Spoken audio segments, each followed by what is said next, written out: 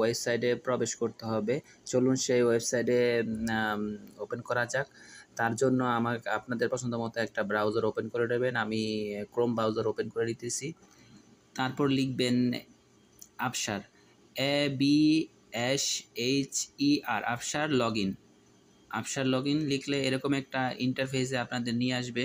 এখান থেকে আপনারা দেখেন www.afshar.sa লগইন লেখা আছে, এটার মধ্যে একটা ক্লিক করবেন।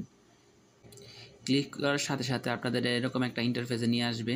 ইন্টারফেসে নিয়ে আসার পর এই যে দেখতেছেন এখানে লগইন লেখা আছে। প্রথমে লেখা আছে ইউজার নেম অথবা আইডি নাম্বার, সেকেন্ড স্টেপ হইতেছে, দ্বিতীয়টা হইতেছে পাসওয়ার্ড। এখানে ইউজার নেম আমাদের তো হবে না, আমরা নতুন অ্যাকাউন্ট খুলতেছি, সুতরাং এখানে আপনার ইকামা নাম্বার দিতে হবে।